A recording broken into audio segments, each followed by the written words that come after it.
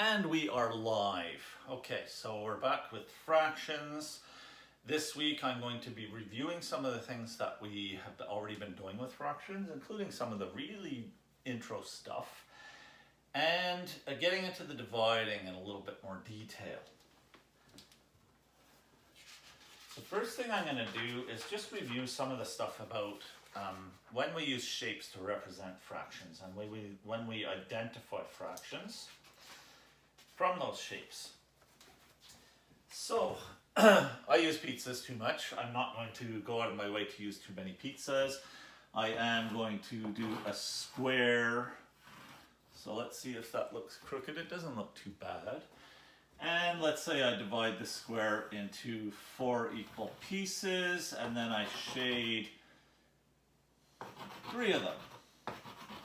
I want the student to look at it and to identify the fraction for me. So I'm not giving the answer right away. I'm giving a bit of time for the student to realize what this is. What is the strategy? Of course, how many pieces we divided our shape up into is going to be our denominator, and this square is divided into 4 equal pieces. How many we have, which is usually going to mean how many are shaded, is the numerator. And we have 3 that are shaded. So we have 3/4 of this square. This makes sense if the pieces are all the same size. If you try to divide your shape up into all sorts of different size pieces, that's not going to help you very much with fractions at all. That would be confusing.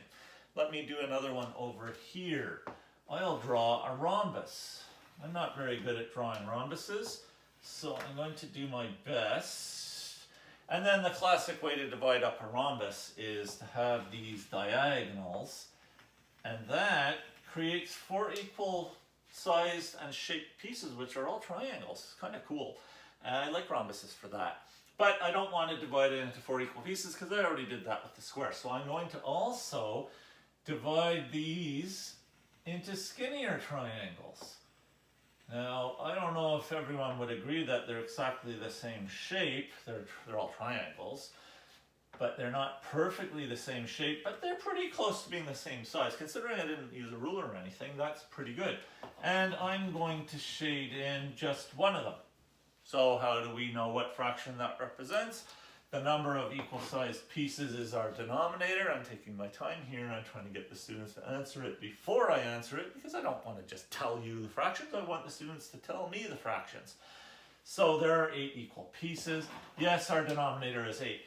One of them is shaded, that's the numerator, it's 1. 1/8 is the fraction that is represented by this shape. This is just a quick little review just to get started so I don't jump into something demanding right at the beginning of the video. Okay, I'll do 2 more. I think I can fit 2 more without having to erase. Let's see. How about I do, I'm going to do 2 different rectangles. That's what I'll do. So here, I'll do sort of a tall, skinny rectangle. But how do I want to divide it? This is actually fun. Rectangles are so flexible when you want to represent fractions with shapes that I think I'm going to do this slicing technique where I cut the top, not half, a little smaller than half, into 2, and then the bottom piece, which was bigger than half, into 3. And I'm actually kind of proud of this. And I have to do some shading, so I'm going to shade these 2. Okay, so we're turning this into a fraction. Our denominator is going to be, yes, of course, we know it, the students know it, it's going to be 5. How many are shaded? There are 2. We have 2/5. So this is just fun. One more rectangle. Because I took up too much room with the rhombus, I'm going to do more of a lying down rectangle.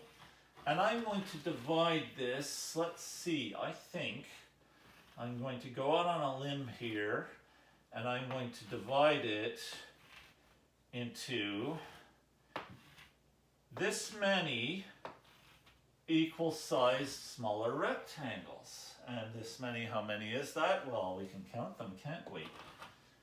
And it's 10. I'm going to divide this into 10 equal smaller shapes, which all also happen to be rectangles. And how many of them are shaded? Let's see. I want to show an interesting amount that are shaded. So I'll shade the first 7 of them. And that tells us our answer for the numerator. That means we have the fraction 7/10. This is my last one that I'm going to draw shapes for. Why did I want to finish with this shape? As always, as a teacher, I often have sort of a hidden agenda. I have a secret plan. It's because I like to point out that a rectangle divided into 10 equal smaller pieces that spread out left to right like this is so similar to the sort of things that you see on a ruler. If this were metric, you could say, okay, this could be 1 centimeter. That's an awfully big area of chalkboard to call a centimeter, but in the metric part of a ruler, the centimeter is divided into 10 smaller pieces. Often the line in the middle is longer, and then you have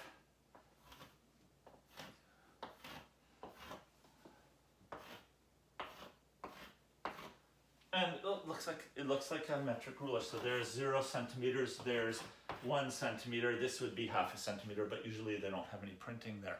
That's okay. Now, but that was a metric one. So I'm going to draw another rectangle. I'll remove my rhombus, and I'm going to draw another rectangle and do the same thing, but I'm going to do it in a standard ruler with inches. And what would that look like? Well, the rectangle, I'm going to divide it into 8 equal sized pieces, which is pretty easy to do. This goes fast. And then let's say I have shaded in 3 of those. The students are very good at this, so they realize my denominator is going to be an 8. My numerator is going to be 3. I have 3/8. 3/8 is such a common fraction for those of us who do woodworking and use a lot of rulers. And woodworking is done, even here in Canada where we have the metric system, woodworking tends to be done with the standard system with inches and quarter inches, and it's really good for fractions. Better than the metric system. You can still do fractions with the metric system, but there's lots of tens involved and it doesn't really stretch your fraction muscles the way the standard system does. So that looks kind of like on a ruler when you have, say, between 1 and 2, and they're divided into half inches, and then further divided, I'll make that longer, further divided into quarter inches, and then further divided into 1/8 inches. And therefore 3/8 inches would be something that is this long from here to there, 3/8. I could shade it. I could also try and find something that's look like it'd be 3/8 inches long. That's pretty close. Okay, so all this is just a review, and it's just to get started with our video. I'm going to move on to the stuff that we've been really working on since that we got into a lot last week, which is multiplication. We're going to do a bunch of multiplication now. So I just want to, that's also a review. We covered a lot of the multiplication, but we want to cover it again because it's important. And because we want to make sure students practice enough. When things feel easy, the temptation is not to practice very much, but then that could cost you later on. When things get more demanding, you're not as strong on the basics, and so you feel a little bit more shaky, and it makes it harder to understand new things. So let's do a few fractions. I'm going to try to do all the fraction multiplications, that is. I'm going to try to do all the different things that happen, and start with easy examples because I like to do that. So how about 1/3 times 1/2? Why do I think this is an easy example? Well, the numerators are ones. That's one thing to do to keep things easy. The numbers are all small. That helps too.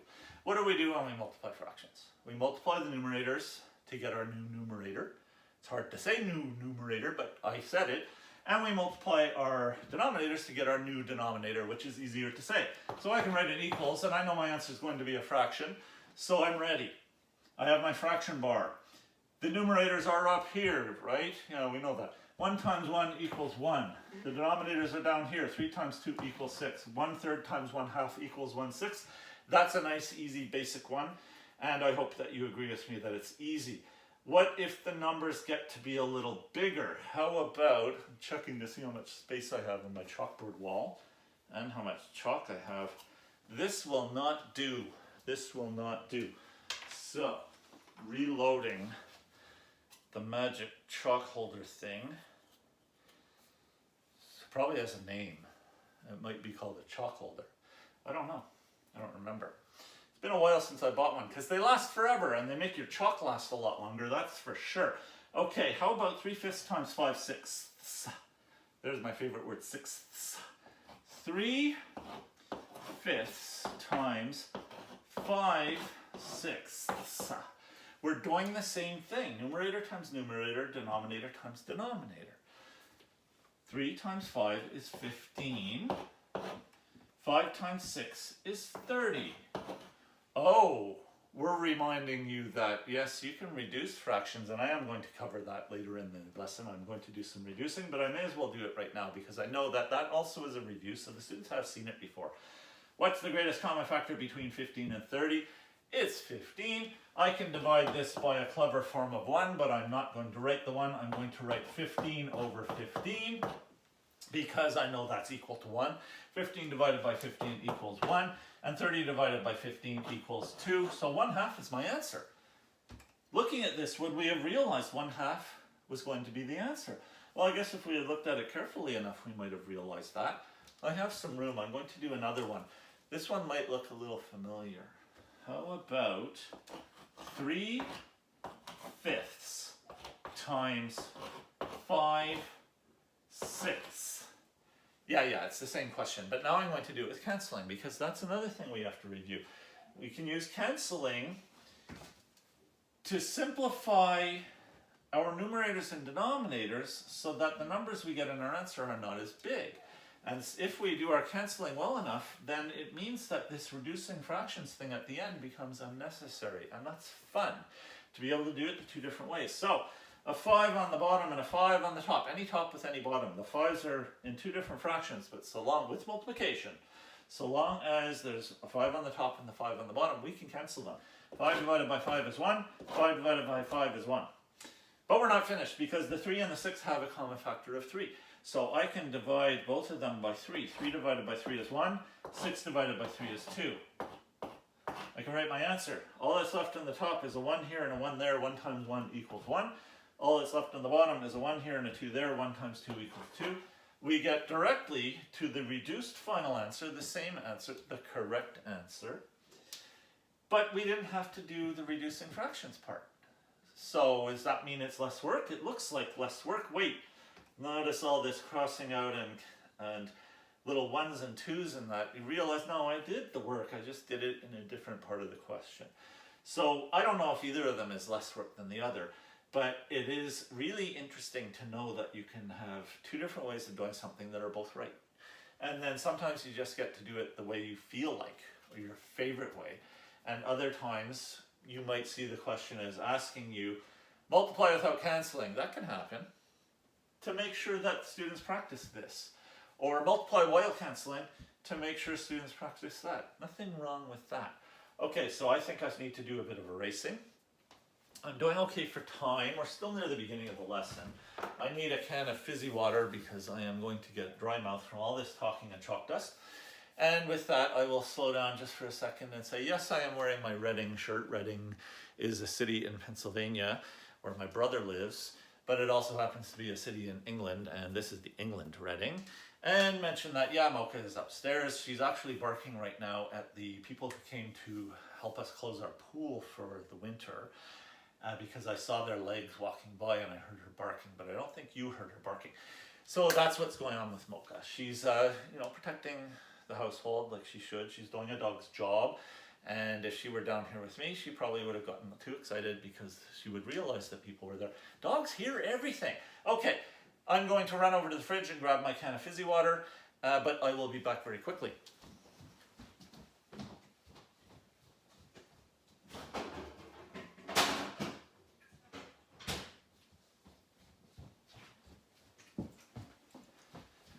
Did it. Okay. This is, what is this? This is blueberry pomegranate fizzy water. Delicious.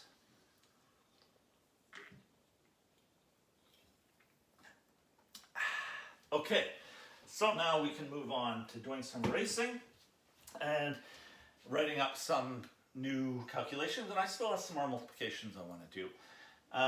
Remember, whenever the teacher is doing this, the students should take advantage to take a sip of their own water or, stretch or do some chair exercises, or even some chair dancing if you really like, because it's hard to sit still and look at fractions for a whole hour without giving yourself a little bit of a break. Sometimes that stretch really does help. Okay, let's do some more multiplications and fractions. This string is very distracting. It's for attaching a pencil to, but I'm going to try and grip it in the back with my hand so it doesn't wave around so much. Okay, some other types of multiplication that I want to review. How about multiplying a fraction by a whole number? 3/5, oh that's a messy 3, but I'll just leave it there. 3/5 times 2. 2 is not a fraction. What do? I'm freezing. No, I'm not. I know what to do. I just rewrite my question, but I'm going to turn 2 into a fraction by putting it over a 1, because you can turn any whole number into a fraction by putting it over a 1, and then you can see what you're going to do your multiplication. 3 times 2 equals 6, 5 times 1 equals 5. 6/5 is an improper fraction, but it is an answer, and it is the correct answer, and it is fine. Was I able to do any canceling here? No. But if I had a chance to do some canceling, well, I guess I could still do it. Well, let's prove that by doing another one. How about 1/4 times 4? Now, the way I wrote it this time is I can just directly put a fraction bar and put the 4 over a 1. I have turned the 4 into a fraction. And hey, 4 on the top, 4 on the bottom, I can divide both of those by 4, and that leaves a 1, and 1/4 times 4, it turns out it's equal to 1. Or I guess I should show, I'm going to erase that, slow down, show that 1 times 1 is 1, and 1 times 1 is 1, so I have 1 over 1. But 1 over 1 is equal to 1. We have our answer. So we're able to do canceling even when we're doing a question where we're multiplying a fraction by a whole number. I have another one with some canceling where the numbers are a little bigger. That's always a good idea. If we have bigger numbers, like let's say 4/15 times 5/16. 15 times 16 is a little bit of a big multiplication with a big answer. Do we want to do that? It's not within the 12 times 12 times tables, and it might slow us down a little bit, but maybe this is a good example of a time when canceling is a really good idea, because I see a 5 up here and a 15 down there. I see a 4 up here and a 16 down there. I see canceling opportunities, so I'm going to do it. 5 divided by 5 is 1. 15 divided by 5 is 3. 4 divided by 4 is 1. 16 divided by 4 is 4. Ready to write my answer. 1 times 1 equals 1. 3 times 4 equals 12. Not only did the canceling result in an already reduced final answer, but the canceling stopped me from having to multiply two extremely large numbers. Well, numbers get bigger than 15 and 16, but these are pretty big, and it's a little bit more difficult to do in your head, and it can slow you down. Whereas the way I did it with canceling, it didn't slow me down. So I like that. How about where we have a fraction that has a 0 in it? 0/5 times 1/7. Need more chalk. 1/7. 0 times 1 equals 0. We're still able to do this when there's a 0. 5 times 7 equals 35. We have 0/35, but that's equal to 0. So whenever you have a fraction where 0 is the numerator, it means that that fraction is equal to 0. You can just write a 0. That's good. What if the 0 was not in the first fraction, if it was in the second? How about if I do that over here? Will it fit? 3/4 times 0/6. Just making sure I have plenty of room. Okay. 3 times 0 is 0. 4 times 6 is 24. It doesn't matter if the 0 is in the first numerator or the second. It still puts us in the same position of knowing how to multiply by 0 and knowing what to do with a fraction where 0 is the numerator. Not such a difficult thing to do. I didn't finish though, because I should say, well, 0/24 is equal to 0. Is that all of my multiplication? It is. And how am I doing for time? Actually, I sort of plan how much time I want to spend on each thing. And I'm really, really close to what I planned, so I'm happy. Now we're going to do some division. And we did touch on division last week, but it's time to go back and do division from the beginning and think about it. Because dividing fractions, the steps end up being really easy. The student realizes it's easy. And I know we've covered this before, so I'm not going to pretend that there's a big surprise in store. The students are not going to be surprised. When we divide fractions, we multiply instead after turning the second fraction upside down. And so it's just like multiplication, which is why it feels easy. But do we want to have that attitude? It's easy. Dividing fractions is easy. We have to watch out. The reason that I want to go back to the basics of dividing fractions is because I think it's dangerous when things seem too easy, because it means you don't slow down and think about them enough. And when students really think about what they're doing, that's where the learning really happens. Knowing dividing fractions means multiplying instead after turning the second one upside down is very powerful. But it is possible for people to do that without really understanding it. Whereas if the student really understands, they will understand everything that's built upon that. So it is worthwhile to look at. So I'm going back to shapes, but not really the same approach to shapes. I'm going to say, okay, rice cereal squares. I'm trying to avoid pizzas.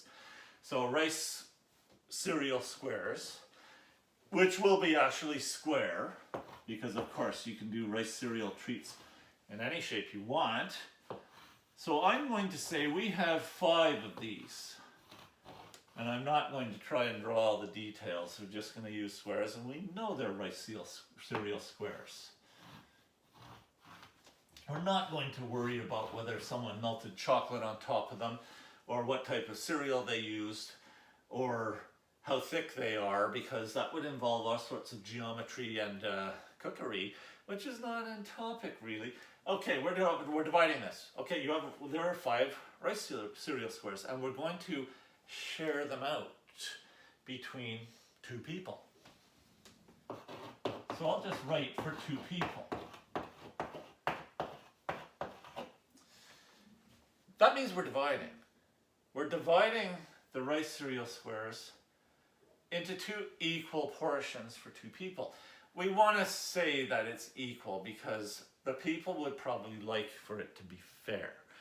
The person who's receiving their share wants their share to be as big as the other person's, but they don't want it to be bigger than the other person's. People like it when things are fair, and that works well with fractions because of that idea of dividing the shape into equal-sized, smaller shapes. So, how do we divide this between 2 people? If you're doing this with actual rice cereal squares, what you're going to do is you're going to realize, well, we can give 2 of them to one of the people, we could give 2 of them to the other person, but we're going to have to cut one of them into 2 equal pieces. We're going to have to cut one of them in half, which, well, fractions language makes it easy to understand that. So how will we do this? Let's say that my share is over here on this side and your share is over there on that side. I'm one of the people, you're the other person. Well, let's say that we're going to cut this middle one in half. So we'll get a knife and we'll cut it in half. It doesn't have to be a very sharp knife. It's just a rice cereal square after all. And so what does that look like? What we're doing is we're saying we've had 5 and we're dividing it by 2. But we can rewrite this as 5 halves. That's interesting. 5 divided by 2 can be expressed with the divided by symbol in a line like this, but you can also express it with the number with this fraction bar and the amount that's being divided by as the bottom, as a fraction. And I will remind you that fractions look like divided by signs for a reason. Because when we do something like dividing 5 by 2, these are whole numbers. There were no fractions in the question. But when we divide 5 by 2, we're creating a fraction. And it's no coincidence that the numerator ends up being a 5 and the denominator ends up being a 2, because let's try and write it ways we're used to. When we divide fractions, we multiply instead after turning the second one upside down. But these aren't fractions, I have a problem. So I go back to a skill I learned while I was multiplying, which is I want 5 to be a fraction, so I put it over a 1. And I want 2 to be a fraction, so I put it over a 1. So I'm doing 5 over 1 divided by 2 over 1. Slow down. It's divided by. It's not multiplication. That means we can't try to do any canceling. I don't see any canceling opportunity in this question anyway. But we would be wrong to try to do it because you only do that with multiplication. That's going across fractions. You only do that with multiplication. So it's not about canceling. It's about, oh, we can't actually do the question until we rewrite it as a multiplication, because that's what we do when we divide fractions. So I'm multiplying instead, but that involves turning the second fraction upside down. So I end up with a 1 over a 2. I still don't have a canceling opportunity. But I can do it the way I did with the most basic multiplications before we looked at canceling. Numerator times numerator gives new numerator. Denominator times denominator gives new denominator. Notice the similarity between these two things, because the division 5 divided by 2 expressed this way is the answer to 5 divided by 2 expressed this way. If we show all our steps and do the things we've been practicing, we end up with that. Knowing that helps. Thinking about it helps.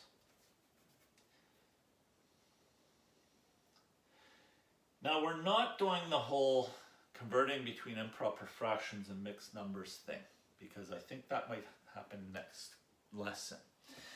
But we can convert an improper fraction like this one into a mixed number, and we will work on that. This one happens to give 2.5 as the mixed number. And I think a lot of students will, as soon as they saw the original problem, have realized, well, each person's going to get 2.5 rice cereal squares, and that person would have been correct. But do you want to just look at it and realize an answer, or do you want to think about how you can prove that that's the right answer? There's a difference between those two things. I like thinking about what we're really doing, because 2.5 does equal 5 halves. But we'll get into that whole mixed number improper fraction thing when the time is right. I'm going to start doing a bunch of divisions. This was a very basic one, and it started off with whole numbers. I'm going to get into a lot of questions that look like this, and we're going to practice. And I decided to devote quite a lot of time in my lesson plan this week into doing this. So I want to take my time, and I want to do quite a few examples. Doing quite a few examples is easy if you go too fast, but going too fast can be a mistake. For dividing of fractions, we're still at the beginner level. Okay, 3/4 divided by 5/6. Oh look, 3 and 6 have a common factor. Whoa, no, this is a division. Can't do that. I could simplify inside a single fraction if I had a chance, but I don't have a chance. But I am not going to try to cancel across fractions, because that only works when you have a multiplication. But I will get to the point of having a multiplication very soon. So 3/4, the first fraction doesn't change. We write it again. We change this to a multiplication, and the second fraction we turn upside down. Now we can look for a canceling opportunity, and I only see one. That 4 and that 6 have a common factor of 2. So I can cancel a 2. 4 divided by 2 is 2. 6 divided by 2 is 3. There, I can't cancel anymore. We couldn't see that originally. Or it would be tricky to try and see it. You're asking for trouble if you try and look for a canceling opportunity while it's written like this. But after you rewrite it carefully, following the rules, there you go, there was a canceling opportunity. After all, it was between the 6 and the 4 though, not the 6 and the 3. This is the reason why it's better to make sure that you always have your multiplication, because it would be too tempting to try and work with the 6 and the 3, and you would end up with a mistake. Okay, so what's left here? 3 times 3 is 9. 2 times 5 is 10. We have our answer. We don't have to reduce it because we did our canceling. That's fun. Okay, let's do some more. How about 2/5 divided by 5 halves? Okay, don't cancel. It's not a multiplication. Rewrite it. 2/5 times, 5/2 written upside down is going to be 2/5. And then we see, oh, there turns out there is no canceling opportunity. The 2 does not have a common factor with 5, no matter how I look at this. So I have to just go ahead and start doing my multiplication. 2 times 2 is 4. 5 times 5 is 25. We have our answer. We cannot reduce the answer. We're not surprised, because if we could reduce the answer, it would have meant that there was a canceling opportunity. Forwards, backwards, these ideas. Okay. Oh, here's a cool one. I like this one. Going to do some erasing.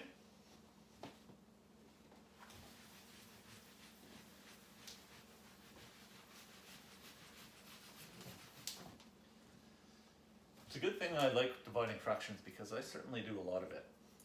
Okay, 6/7 divided by 3/7.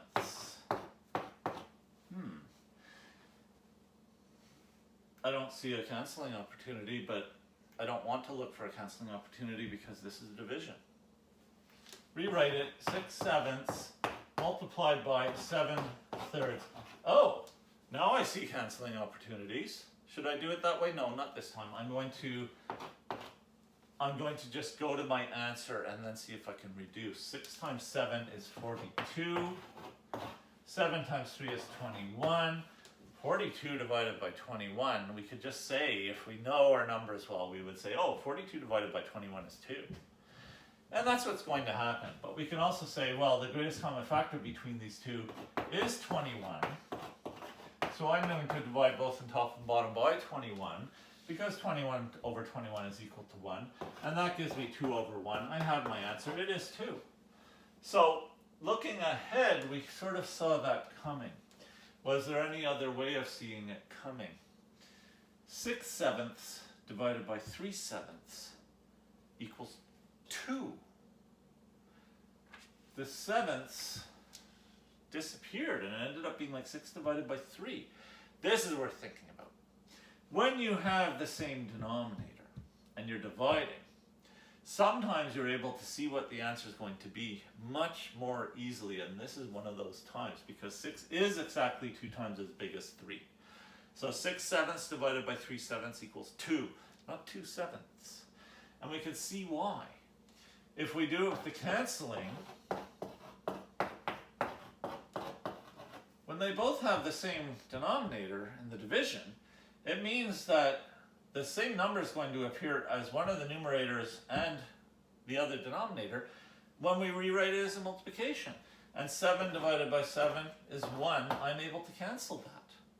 But of course 6 and 3 have the common factor of 3, so I can divide by 3 and get a 2 here and a 1 there. And none of the students are surprised. We all saw this coming. We end up with 2 over 1 is equal to 2. Same answer. So this time I showed the canceling. But the reason to show I already showed that, right? I showed the reducing at the end, and I showed the canceling so that you don't have to reduce at the end already. Why am I acting like I'm showing something new? Because this is a new situation where we have the same denominator, a common denominator. Watch out. Common denominators are necessary when you are adding and subtracting fractions. They are not necessary for dividing and multiplying. But when you have the same denominator with division, you get this special thing that happens where it becomes easier to see what the answer is going to be. I'm afraid to say the word shortcut because I don't like the word shortcut in a way, because I think it's a bad idea to always be looking for shortcuts when you're trying to learn something. But the fact that there is a sort of a shortcut here is interesting, because we're thinking about what's happening. We're thinking about how division works. It is interesting. So it's not a bad word, shortcut. It's just a bad habit to look for too many of them, especially to look for them too soon. Another one. Here's another one that's I like because it kind of gives some insight, kind of like this does. It gives you some understanding if you slow down and think about it. It is worthwhile to slow down and do questions that I think the students do think are easy and could be done very quickly. Do them more slowly and think about it, because you get that insight. You get to see a little bit more understanding. Learning isn't about being able to do something again and again. Not really. Learning is about understanding that thing.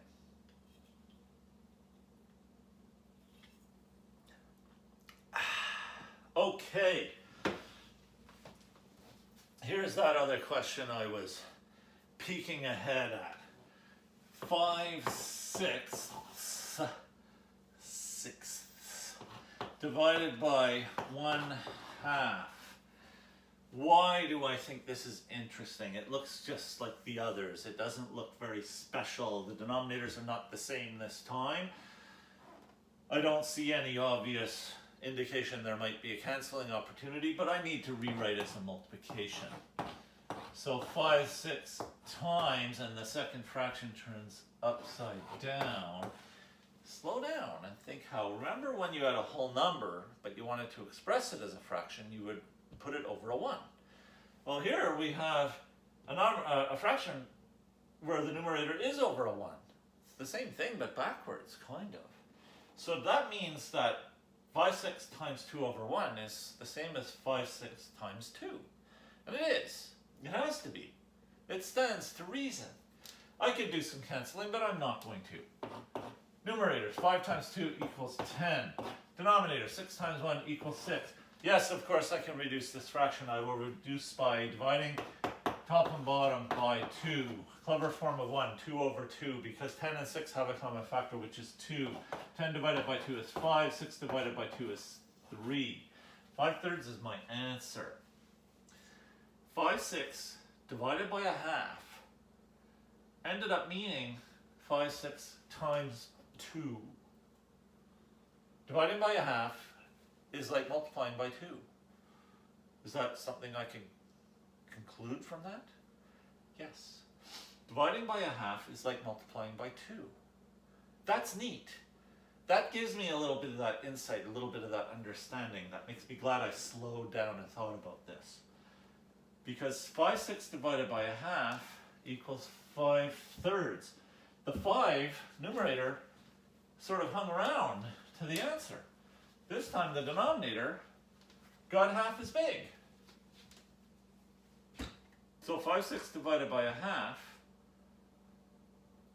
gives me another fraction with 5 as the numerator, and the denominator is half as big as the original one. It's neat. 5/6 divided by 1/2 gives 5/3. So it's almost like, again, almost like there's a shortcut here. I don't really want the shortcut. What I want is the understanding. 5/6 divided by 1/2. Let's try another one that's kind of similar. We'll try one that's really, really similar. How about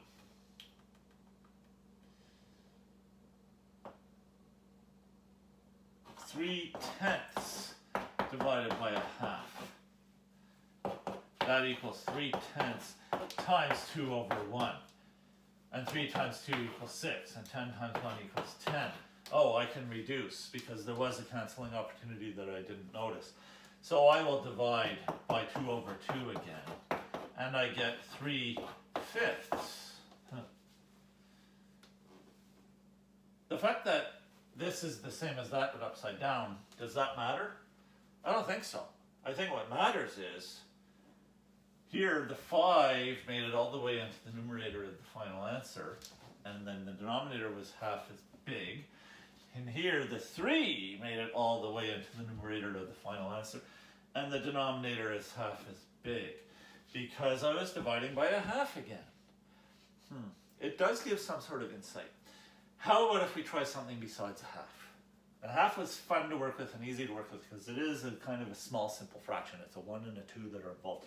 So let's try another one that's small and simple, like 1/3. So how about 9/15 divided by 1/3?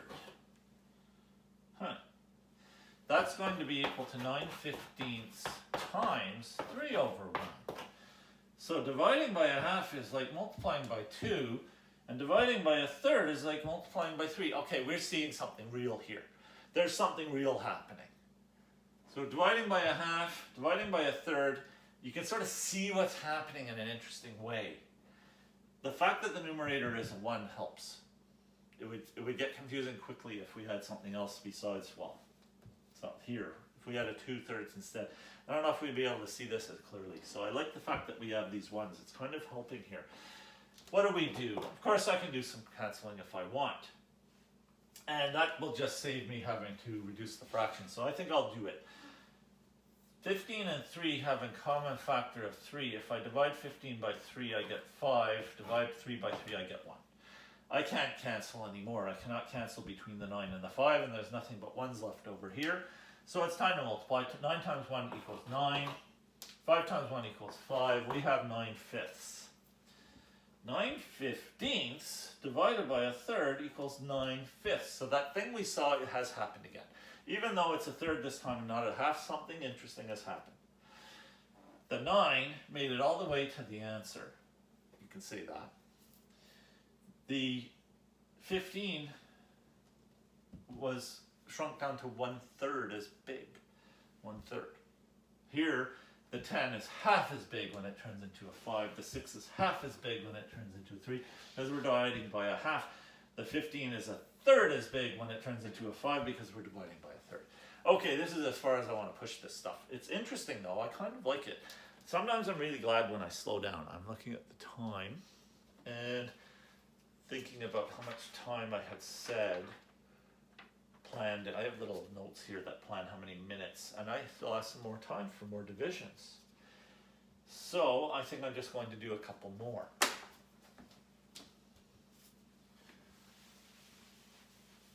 Erase. Take a sip of water. Erase. Do a stretch or a sit-up. I'll take a sip of water. Quickly though this time. There. That was quicker. Okay. Dividing fractions. Knowing that you cannot cancel across fractions when you're dividing. How about 24 over 32 divided by 16 over 36? I can't cancel across fractions when I'm dividing, but this looks kind of inconvenient because all the numbers are kind of big, and I know when I multiply it eventually I'm going to get some very large answers, so I'm tempted to do some canceling. I know that if I turn it into a multiplication, which is really the next thing I would usually do, that I will get a chance to do some canceling probably. When you see all these big even numbers, you kind of have an idea that there's some canceling in your future. But I'm going to do this one two times as well. Sometimes doing the same question twice and comparing using different strategies is very instructive. So I'm going to do that. We know we cannot cancel across fractions when we're dividing or subtracting or adding, only when we're multiplying.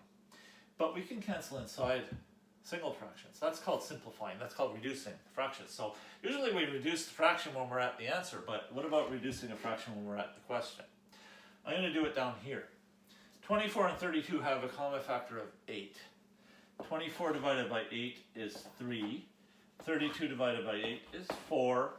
I'm following the rules, even though it's a division, because these were in the same fraction. 16 and 36 have a common factor, which is going to be 4. 16 divided by 4 is 4. 36 divided by 4 is 9. Again, it's a division. I can't do it across that way, but I can do it up, down. And then my answer will be easier to get because all my numbers are smaller. I still have to do my process for division. I have to write the original fraction, which is now 3/4, the first fraction. Without changing it, I multiply instead of dividing. The second fraction has to be upside down, so that is now 4/9. I am turning it upside down to 9/4. I don't see any canceling opportunity, so I am just going to have to go ahead and multiply. 3 times 9 is 27, and 4 times 4 is 16. I have an improper fraction which cannot be reduced. It could be converted into a mixed number, but we'll save that. 27/16, perfectly reasonable answer. A lot easier to write down, say out loud, do the multiplications for than whatever would have happened with these. But what if I don't do canceling inside single fractions? What if I just go directly into the writing the first fraction the same, multiplying instead, turning the second fraction upside down, that process. What if I do that? Now I can do some canceling though. 24 and 16 have a common factor of 8. 24 divided by 8 is 3. 16 divided by 8 is 2. I'm giving myself more chalk. 32 and 36 have a common factor of 4. It's tempting to think, oh, it has to be bigger than 4. I have to be able to use like an 18 or a 16 or a 6 at least. No. 4 is the best I can come up with. 32 divided by 4 is 8. 36 divided by 4 is 9. 3, 4, 4, 9.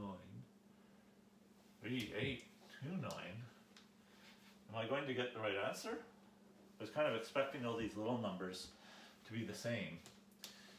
3 times 9 is 27, and 8 times 2 is 16. Well, I did get the same answer, so I can trust this. It's interesting. It's interesting because I compared.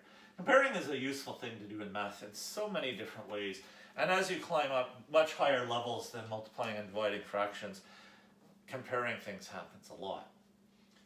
And because there's something to be learned from it, because there's secret interesting information hiding inside the math, which can be revealed by comparing things.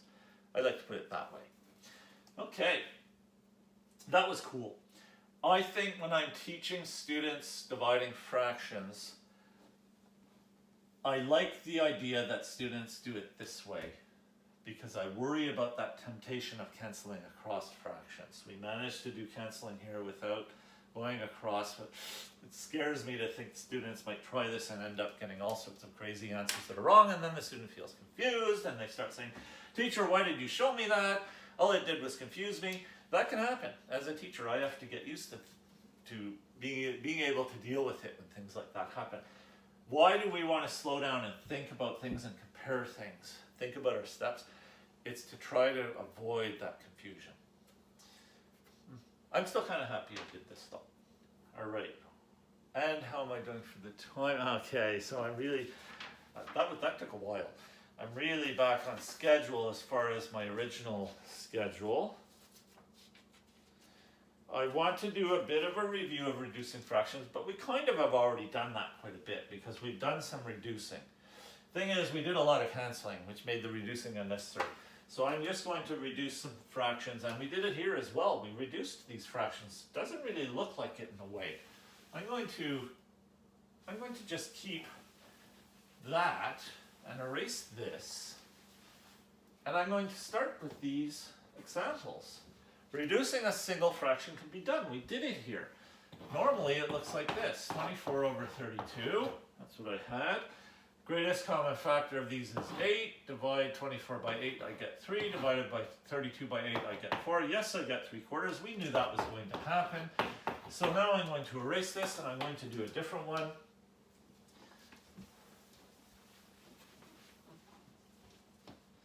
Greatest common factor is very useful, but what if we have a common factor that's not the greatest? And that starts happening more often when you have really big numbers. These are fairly large numbers, 24 and 32, but there are really big numbers. How about 240 over 144. I'm erasing this. It's going to be in the way. Greatest common factor. Okay, I'm testing myself. I see 12 being a factor here. I see 12 being a factor there. 144. It just screams out at me, "Hey, look at me.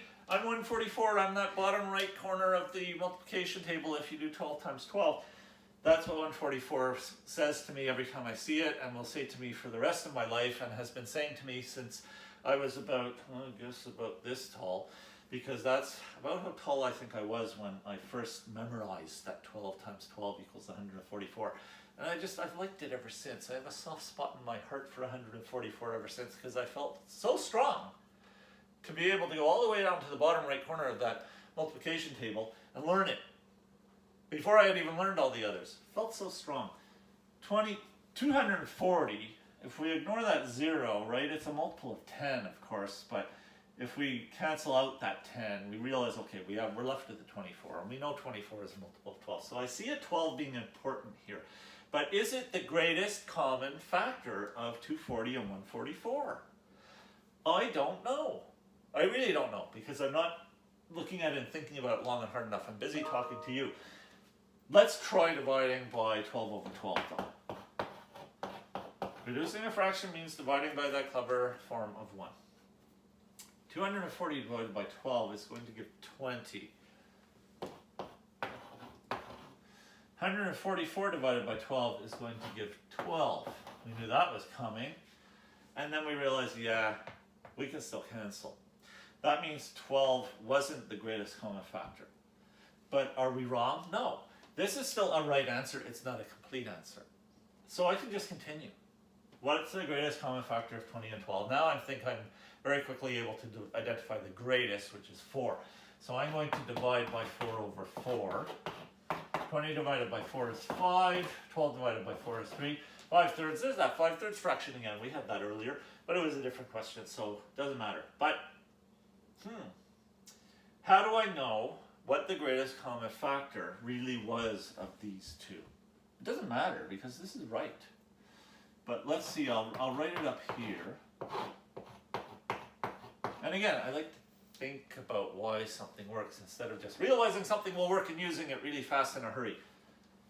12 times 4 is 48. So does that mean that I can divide this fraction by 48 over 48, a very clever form of 1? I think the answer has to be yes. 240 divided by 48, you know what? I show off a lot doing calculations in my head, but I don't feel completely comfortable with this in my head. I need to slow down and be careful. I'm wanting to reach for a calculator. 240 divided by 48. If only there was some secret weapon that I had right now that we could all, that you have as well, because we could all see it, some secret weapon that would help me do this. Yeah, I have a secret weapon. I have a feeling 240 divided by 48 is equal to 5. And this is also kind of, I don't have that memorized. 144 divided by 48. Is that going to give 3? I have a feeling it does. 48 times 3, 40 times 3 is 120, and 8 times 3 is 24. 120 plus 24 is 144, it's working. 5 times 48, 5 times 40 is 200, and 5 times 8 is 40, 200 plus 40. Yep. So if you reduce a fraction in stages,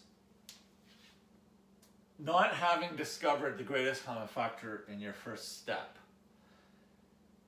once you get to your completely reduced final answer, if you take the numbers you used in your clever forms of 1 and multiply them by each other, it should give you the greatest common factor that would have worked to do it in one step. That's insight. That's understanding. That happens because of comparing. Okay. Oh, I'm really getting short of time, so no more reducing fractions. I really only did 1. But it was a review, so I don't have to feel too bad about it. I just want to do a few examples of adding and subtracting fractions. Now that's sort of what's coming next. I'm not sure if it's next, because we do have some improper fraction, mixed number stuff to do, and I'm not really sure what comes next. And I think maybe you could do it either way. But something that's coming very soon is adding and subtracting fractions. And I always found it interesting as I became a teacher and I looked at the way math is taught. I always find it interesting to realize that multiplying and dividing is taught first with fractions, and then adding and subtracting is taught later, because with whole numbers that we use when we're earlier on in our math career, we might do the adding and subtracting first and only learn multiplying and dividing later. Why would we suddenly switch strategies? Because multiplying fractions is actually easier than dividing, only a little bit easier, and they're both easier than adding and subtracting. So we learn adding and subtracting later on. But I don't really need my notes because I didn't actually write down my example, so I'm just sort of looking at here pretending I'm looking for an example to write down. How about adding 3/12 plus 7/12? Okay, the thing about adding and subtracting is you can only do it if you have a common denominator. But I have one. So I'm choosing questions where the denominator is already common because I don't want to get all crazy on the students with complicated adding and subtracting fractions questions too soon. We need to slow down and think about what we're doing, but this is part of that slowing down. 3/12 plus 7/12 equals, the thing to know about adding fractions is that common denominator that's necessary to do it is also the denominator in the answer. It stays the same. That helps. Helps with that skeleton where you're able to draw the bar. You can even draw the denominator in right away because you know that. And then the numerators, we add those. 3 plus 7 is equal to 10. We have the answer. It is the right answer. Adding fractions, if you start with common denominators, is not especially scary. I do have an answer that could be reduced, so I'll do it. Just because, I've been doing that. I want to keep doing it. I need to look at the time again. And I'm still holding this clipboard for no reason. I'm going to put it down. And I'm going to take a sip of my fizzy water.